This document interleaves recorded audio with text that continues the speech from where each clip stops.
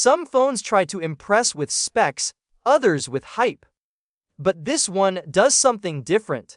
It feels like a device that refuses to behave like the phone you expect. The more you use it, the more it quietly flexes features that make you rethink how polished a flagship can really be. And trust me, there are surprises you won't see coming. Welcome back, viewers. Jams here. Like, share, and subscribe for more!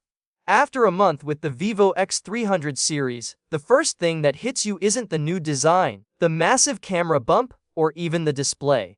It's that subtle feeling of, wait, this is smoother than it should be.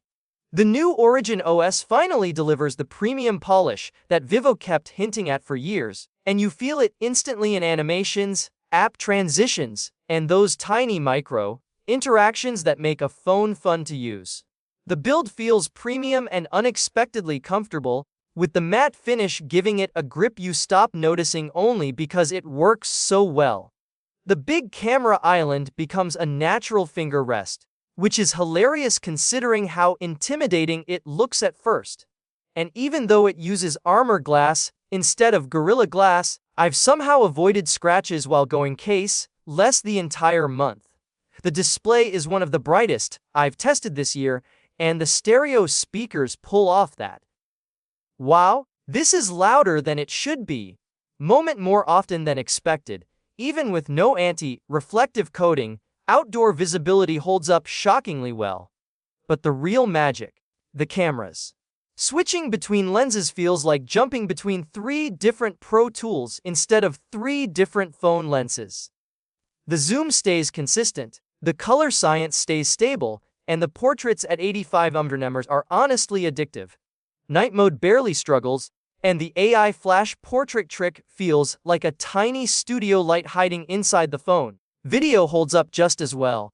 4K at 60 fps with portrait blur is something I kept using even when I wasn't filming anything serious. Stabilization at higher zoom levels might be the most impressive part, because it somehow remains usable even at 10x.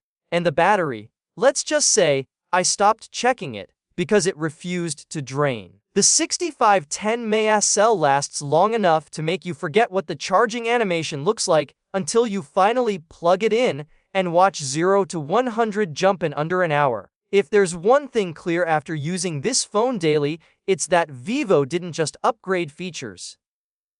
They fixed the feeling. Everything is smoother, more polished, and more confident. And honestly, it might be the easiest Android flagship this year to recommend.